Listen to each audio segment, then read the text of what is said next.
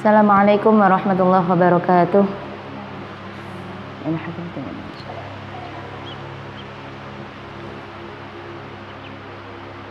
Al-Fatihah.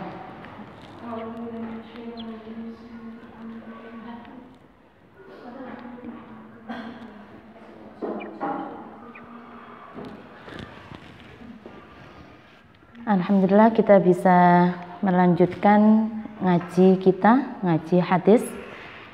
Oke, kita langsung aja untuk kali ini sambung hadis ke-16.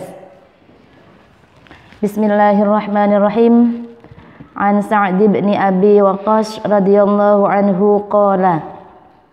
Dari Sa'ad bin Abi Waqqas radhiyallahu anhu qala, berkata siapa Sa'ad, ista'dzana meminta izin siapa Umar bin Khattab, Sayyidina Umar bin Khattab radhiyallahu anhu, ala Rasulillah ing atase Rasul sallallahu alaihi wasallam. Wa indahu lan iku ana sandinge Nabi, ada di sebelah Nabi, niswatun utawi perempuan. Berapa perempuan? Min Quraisyin saking suku Quraisy. Yas'alna podo takon, saling bertanya siapa niswah hu ing Nabi. Wa yastakthirna, dan banyak ngomong, maksudnya ngobrol, membicarakan banyak hal. Siapa niswah hu ing Nabi. Aliyatan hale tinggi keras, apa aswatuhunna suaranya niswah. Ala sautihi melebihi kerasnya suara Nabi. Falam masta'dzana moko nalikane meminta izin siapa Umar, tabadarna moko berhamburan, bergegas segera siapa nisa al-hijaba ing hijab. Mereka bergegas bersembunyi di balik hijab. Fa'adina moko mengizinkan lahu bagi Umar siapa an-nabiyyu Nabi sallallahu alaihi wasallam. Fadakhala moko masuk siapa Umar. Wan nabiyyu hale utawi Nabi sallallahu alaihi wasallam iku yadhaku, tertawa, gujeng, senyum siapa Nabi. Faqala maka berkata siapa Umar, adhakallahu sinnaka ya Rasulullah bi abi anta wa ummi. Yadhaku adhakallahu, adhaka membuat tertawa ka ing panjenengan siapa Allahu Allah. Sinnaka ing gigi-gigi panjenengan ya Rasulullah. Bi abi demi ayahku, anta utawi panjenengan, wa ummi dan ibu saya. Faqala maka dawuh sapa Nabi, ajibtu, heran siapa saya, min haula'i saking mereka niswah, allati kunna kang ana utawi mereka nisa iku indi ada di sebelahku. Lamma sami'na nalikane mendengar siapa mereka perempuan-perempuan itu, sautaka ing suaramu wahai Umar, tabadarna bergegas siapa mereka al-hijaba ing hijab.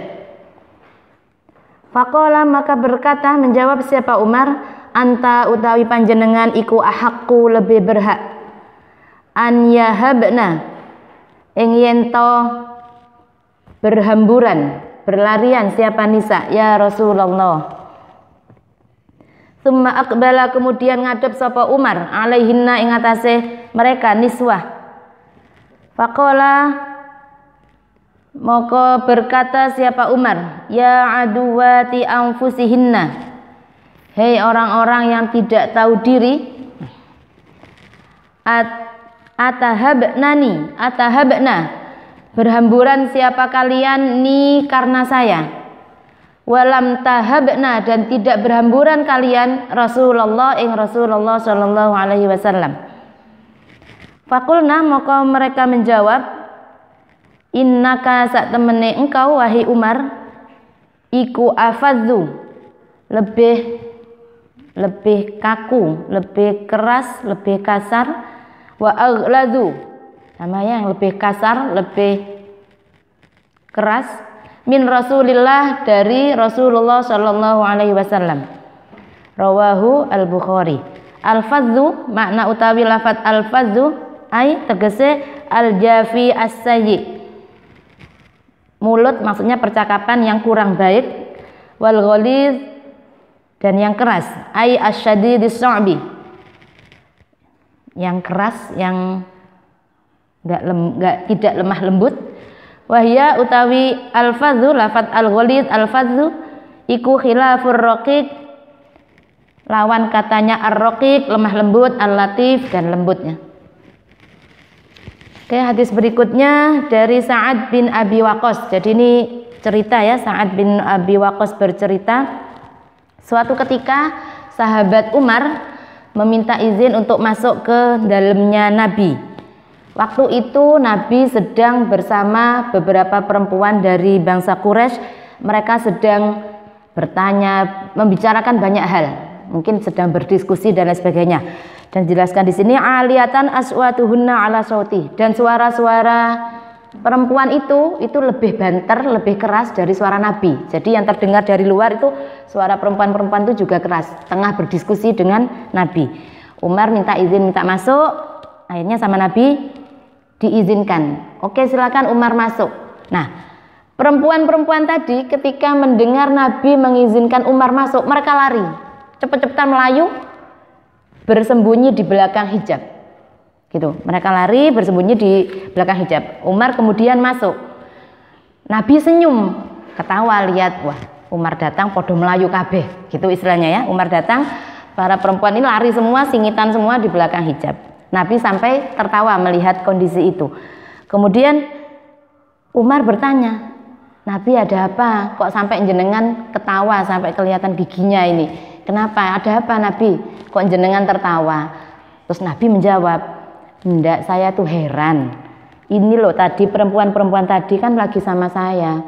Lah kok dengar suaramu mereka langsung lari kabeh, gitu katanya Nabi. Mendengar suaramu ya Umar, mereka terus sembunyi lari semua. Gitu.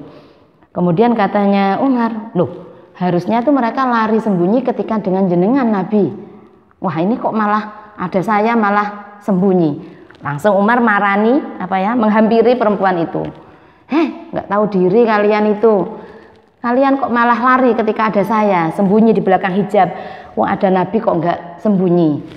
Apa jawab mereka waktu itu?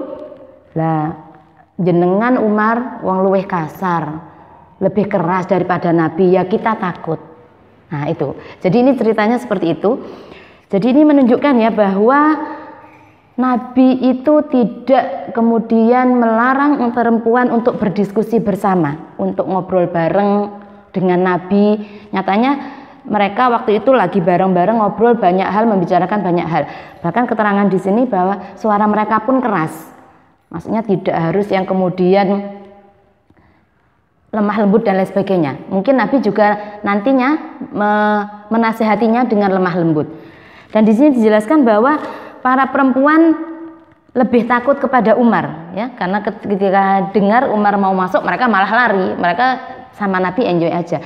Ini menunjukkan bahwa betapa Nabi menghargai perempuan, betapa Nabi biasa dengan perempuan, sehingga perempuan saat itu merasa nyaman, merasa aman, merasa nyaman, tidak takut bersama dengan Nabi. Gitu. Berbeda dengan ketika Umar datang, mereka langsung sembunyi, langsung singitan di belakang tabir gitu. Ini bisa diambil pelajaran gitu ya, berarti monggo kita teladani bahwa Nabi saja yang seorang Nabi itu sangat menghargai perempuan, menganggap perempuan, tidak kasar terhadap perempuan, nggak apa-apa. Dan saya pikir ini juga kita memahaminya juga dengan laki-laki pun sama. Saya yakin Nabi juga dengan laki-laki seperti itu. Nabi dengan perempuan saja seperti itu, dengan laki-laki pun seperti itu. Oleh karena itu, monggo kita sebagai umatnya Nabi menghargai orang lain, menghargai teman kita, menghargai siapa saja, entah itu perempuan ataupun laki-laki, baik itu perempuan ataupun laki-laki. Tidak ada yang membedakan ya. Nanti kalau kamu bergaul sama perempuan, rodok dikerengi. Perempuan tuh kalau nggak dikasari nggak mau denger, soalnya terbuat dari tulang rusuk yang bengkok. Biasanya kan seperti itu ya, yang kita pahami biasanya seperti itu. Makanya harus dikerengi, nggak gitu nggak mau dengerin misalnya. Oh tidak, Nabi sama sekali tidak mengajarkan itu. Kalaupun mengajarkan perempuan, Nabi mengajarkan dengan lemah lembut.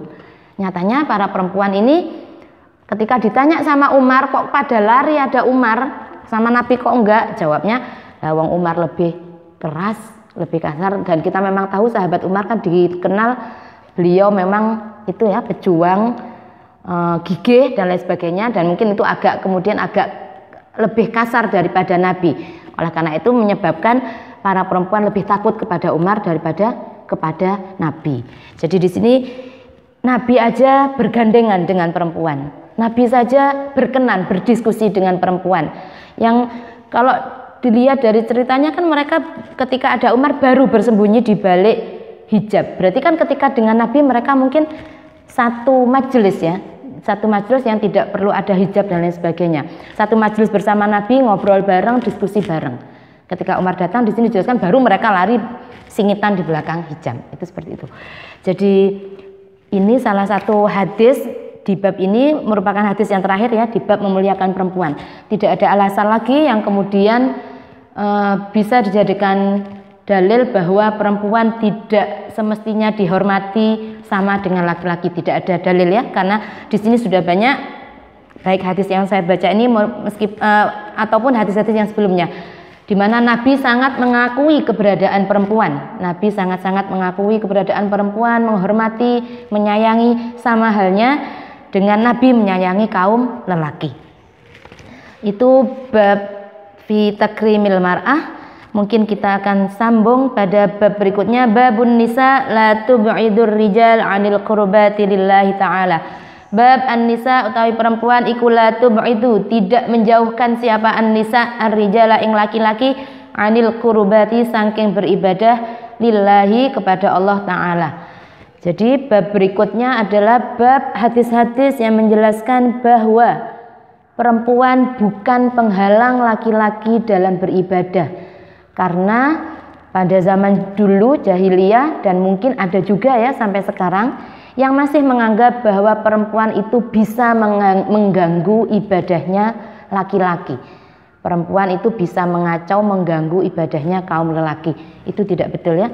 Oke, hadis yang nomor 17. An Aisyah radhiyallahu anha anna nabiyya sak temene Nabi sallallahu alaihi wasallam iku qala dawuh sapa Nabi li Ummi Salamah kepada Ummi Salamah. La tu'dhini, la tu'dhi, jangan menyakiti engkau ni ingsun. Fi Aisyata, ing dalem Aisyah. Fa innal wahya, moko sak temene wahyu iku lam yakti, tidak datang opo wahyu ni kepada saya ni ingsun.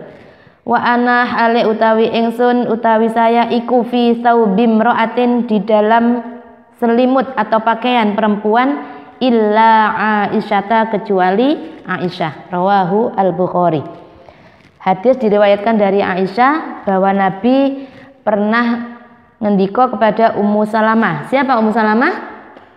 Ummu Salamah adalah istri Nabi yang ke-5 ya.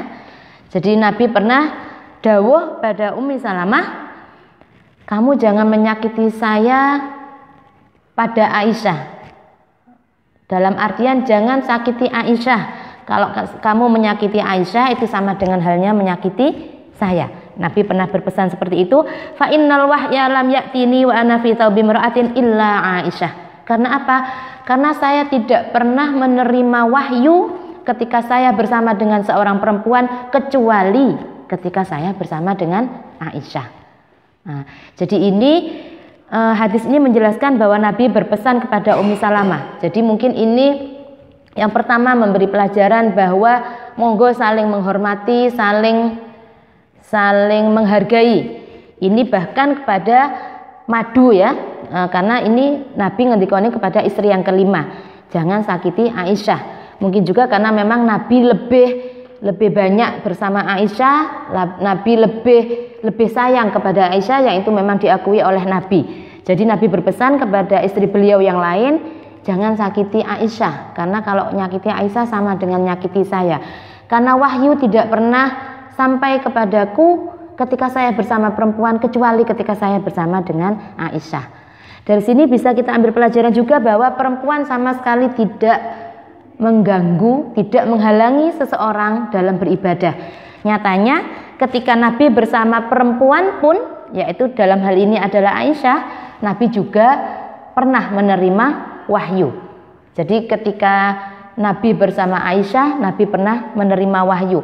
Kalau memang rumor di zaman jahiliyah perempuan itu bisa menjauhkan laki-laki dari ibadah, nggak mungkin Allah menurunkan wahyu ketika Nabi bersama Aisyah, karena Nabi tengah bersama perempuan. Tapi nyatanya tidak ya. Wahyu pernah turun ketika Nabi sedang bersama dengan Aisyah. Fi saubim ro'atin illa Aisyah, ketika bersama, ketika dalam selimut Aisyah, bersama tengah sarian dengan Aisyah, dan wahyu itu turun, gitu ya. Jadi sekali lagi perempuan itu tidak menghalangi seorang laki-laki ataupun siapa saja dalam melakukan ibadah kepada Allah. Karena apa? Karena perempuan adalah juga manusia, sama dengan laki-laki. Ketika laki-laki tidak bisa mengganggu perempuan dalam ibadah, perempuan pun juga tidak mengganggu laki-laki dalam ibadah, sama saja ya. Jadi tidak, kalau laki-laki tidak bisa menghalang seorang untuk beribadah, seorang perempuan untuk ibadah, tapi kalau perempuan itu bisa menghalangi laki-laki untuk beribadah, tidak ya, sama-sama tidak ada yang bisa menghalangi, karena itu ibadah. Yang namanya ibadah itu adalah hablum minallah, selain juga hablum minannas. Ketika ibadah itu hablum minallah, itu memang tengah konsentrasi, tengah hubungan antara sosok seorang hamba dengan Tuhannya, dengan Allah. Ketika itu adalah sama, baik itu laki-laki maupun perempuan, ketika melakukan ibadah hablum minallah, berhubungan langsung dengan Allah, ibadah-ibadah yang berhubungan langsung dengan Allah, maka itu memang urusan sendiri-sendiri. Tidak ada manusia lain yang kemudian bisa mengganggu atau menghalangi seseorang untuk melakukan ibadah. Dan di sini mungkin perlu Uma ingatkan juga bahwa ibadah itu tidak hanya hablum minallah, tidak hanya ibadah kita hubungan dengan Allah, tapi hablum minannas itu ada. Bagaimana kita berinteraksi dengan orang lain, itu juga masuk ibadah.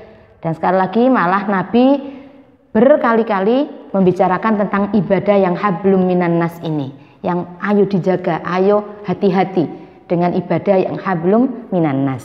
Oke, mungkin cukup itu dulu untuk pertemuan kali ini. Kita akan lanjut nanti masuk pada hadis yang ke-18. Kurang lebihnya mohon maaf, mudah-mudahan bermanfaat. Assalamualaikum warahmatullahi wabarakatuh.